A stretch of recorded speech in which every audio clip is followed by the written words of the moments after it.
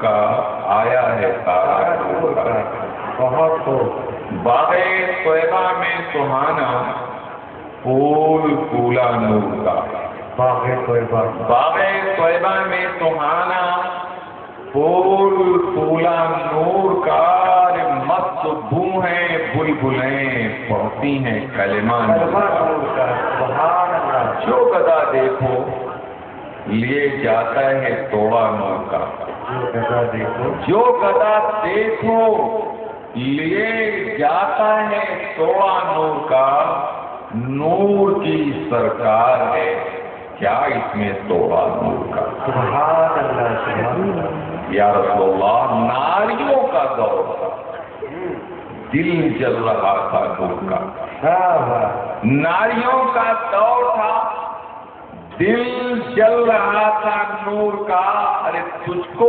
دیکھا ہو گیا ٹھنڈا کلیجہ نور کا، تجھ کو دیکھا ہو گیا ٹھنڈا کلیجہ نور کا، چاند چھپ جاتا جدھر انگلی اٹھاتے مہد میں، چاند چھپ جاتا، چاند چھپ جاتا جدھر انگلی اٹھاتے مہد میں، کیا ہی جلتا تھا اشاروں پر کھلونا نور کا، کیا ہی جلتا تھا اشاروں پر کھلونا نور کا، یا رسول اللہ تو ہے عین نور تیرا سب گھرانہ نور کا، تو ہے عین نور تیرا سب گھرانہ نور کا، ارے تیری نسل پاک میں ہے بچہ بچہ نور کا، تیری نسل پاک میں ہے بچہ بچہ نور کا۔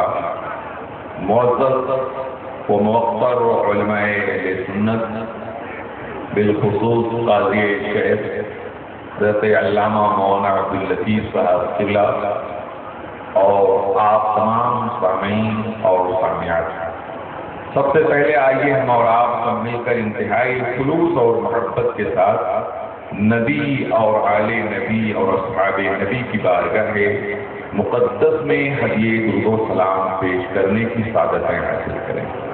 اللہم صلی علی سیدنا و شفیعنا و نبینا و مولانا محمد وعلی آل سیدنا و مولانا محمد بارک وسلم صلاۃ و سلام علیک یا رسول اللہ۔ ایک بار اور صلی اللہ علی النبی الامی وعلی آلہ وصحبہ وبارک وسلم صلاۃ و سلام علیک یا رسول اللہ۔ حضرات، ماشاءاللہ مجمع بہت ہی لاجواب ہے، اور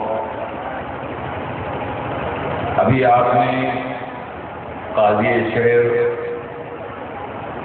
حضرت علامہ مولانا عبداللطیف صاحب قبلہ سے ان کے دعائیہ کلمات سماعت فرمایا ہے، اور انشاءاللہ العزیز ہندوستان کے ایک عظیم خطیب اہل سنت حضرت علامہ مولانا احمد رفیع صاحب قبلہ الہ آبادی سے آپ ان کا بہترین خطاب سماعت فرمائیں گے،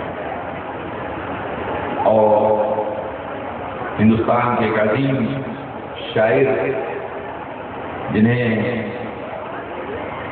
راہی گستوی کے نام سے لوگ جانتے پہچانتے اور مانتے ہیں، وہ بھی تشریف رکھتے ہیں، انشاءاللہ ان کے بھی کلام سے آپ نے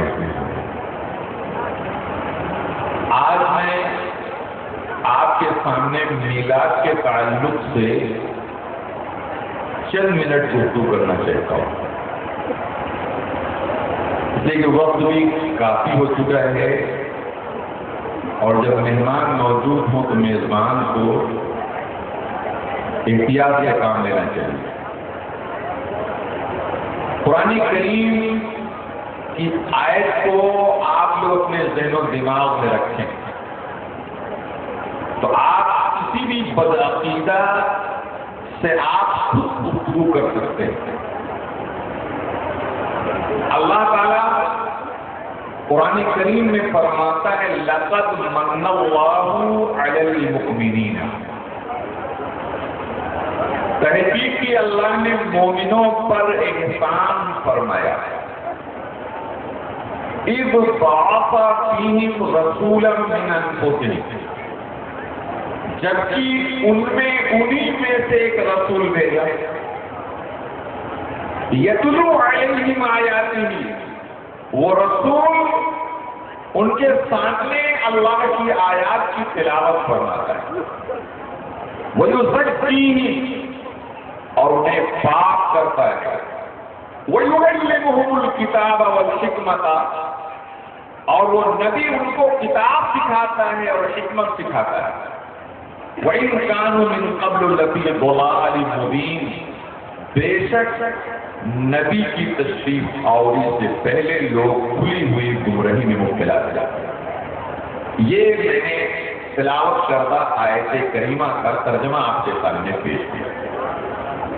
اب آپ دیکھیے اللہ تعالیٰ کیا فرما رہا ہے کہ لقد من اللہ علی المؤمنین، اللہ نے مومنوں پر احسان فرمایا ہے۔ سبحان اللہ، کس پر بولیے؟ مومنوں پر، مومنوں پر احسان فرمایا ہے۔ کیسے احسان فرمایا ہے؟ اذ بعث فیہم رسولا من انفسہم،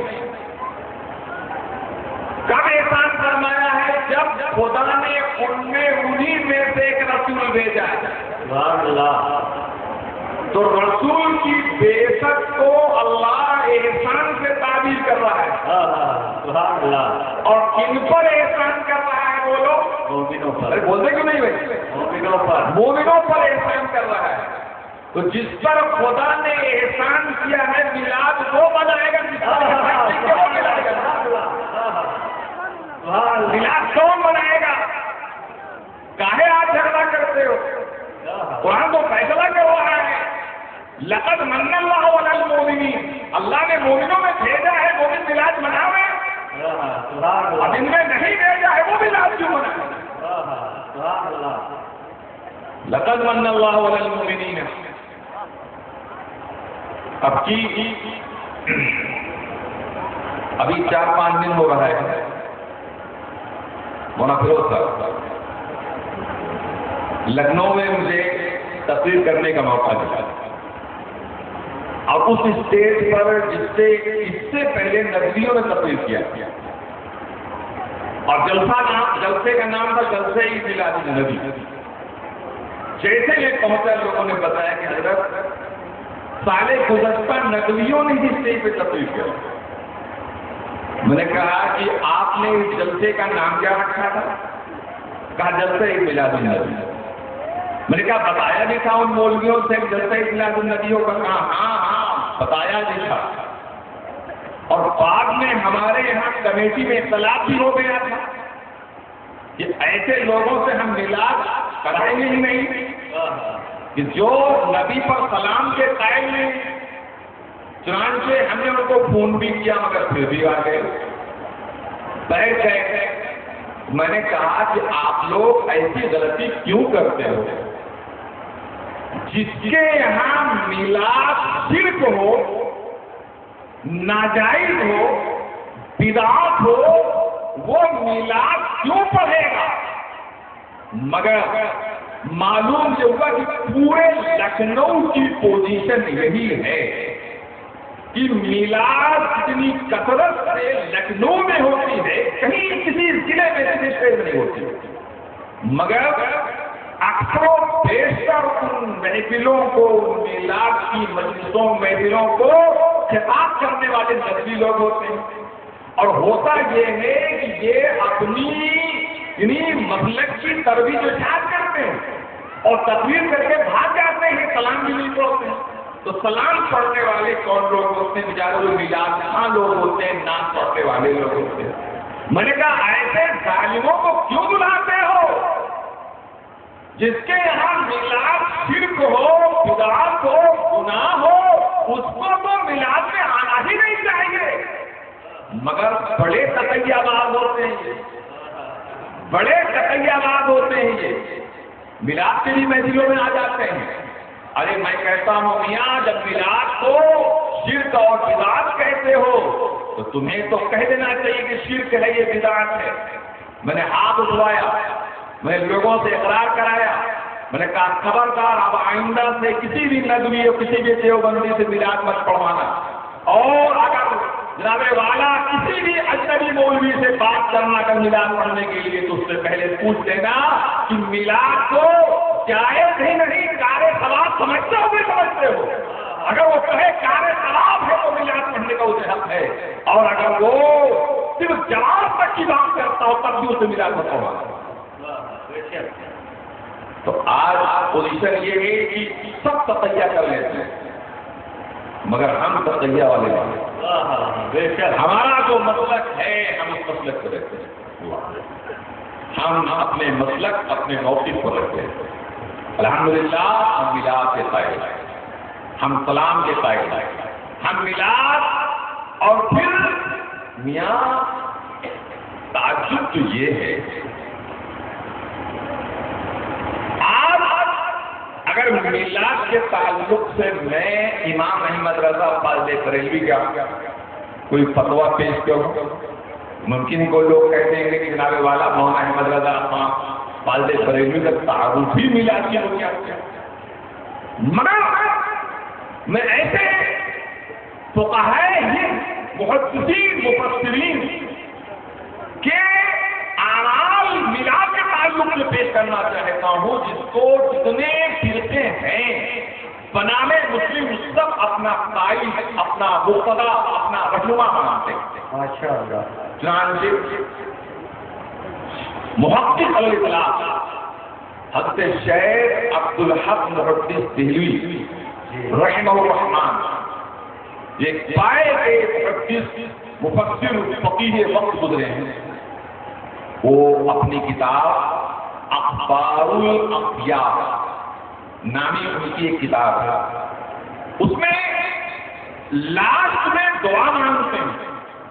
اب دعا کے الفاظ سنو, دعا مانگی ہے کیا دعا مانگا ہے؟ کہتے ہیں اے اللہ میرے تمام اعمال فساد نیت کے شکار, مجھے اپنی بخشش کے لیے اے اللہ اپنے کسی عمل پہ بھروسہ نہیں ہے کہ میرا کوئی عمل تیری بارگاہ میں قابل اجابت ہوگا اور قابل مقبولیت ہوگا. اے اللہ میں اپنے سارے اعمال کو فساد نیت کا شکار سمجھتا ہوں. یہ بھی ان کی انکساری ہے, یہ بھی ان کی تواضع ہے. حالانکہ ایسا واقع ایسا نہیں ہے, بڑے مخلص محدث ہیں, مگر نہیں کہ ان کی انکساری ہے جو جملے کہہ رہے ہیں. مگر ہاں بعد میں لکھتے ہیں اے اللہ میرے پاس صرف ایک عمل ہے جس کی بنیاد پر میں سمجھتا ہوں میری بخشش تو فرما دے گا. مجھے یقین ہے کہ اللہ تو میری اسی عمل کی بنیاد پہ بخشش فرما دے گا.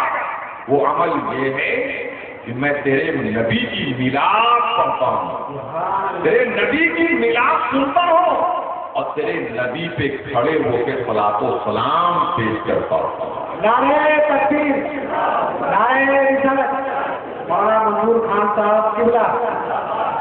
مجھے امید ہے اللہ تو میرے اس عمل کی بنیاد پر تو میری بخشش فرما دے گا. یہ کون ہے؟ یہ محقق علی الاطلاق حضرت شیخ عبدالحق محدث دہلوی رحمہ الرحمن. حضرت شاہ ولی اللہ محدث دہلوی, حضرت شاہ ولی اللہ محدث دہلوی سے تو یہ لوگ زبردستی اپنا انتخاب ظاہر کرتے ہیں, کہتے ہیں ہمارا مسلک ولی اللہ بھی مسلک ہے. مگر شاہ ولی اللہ اس شجرے کو آپ اٹھا کے دیکھ لیجیے, جتنے اکابرین ان کے خاندان میں گزرے ہیں سب میلاد کے قائل ہیں, سب میلاد کرتے ہیں, سب میلاد کو باعث ثواب سمجھتے تھے. حضرت شاہ ولی اللہ محدث دہلوی کے والد گرامی حضرت مولانا عبد الرحیم رحمۃ اللہ تعالی علیہ اس قدر میلاد اہتمام کے ساتھ کرتے تھے کہ ہر سال میلاد شریف کے پروگرام میں جتنے شرکائے میلاد ہوتے تھے سب کو وہ کھانا کھلاتے تھے. ایک سال غربت آ گئی، افلاس آ گیا، اور اس سال کھانے کا اہتمام نہیں ہو پا رہا تھا.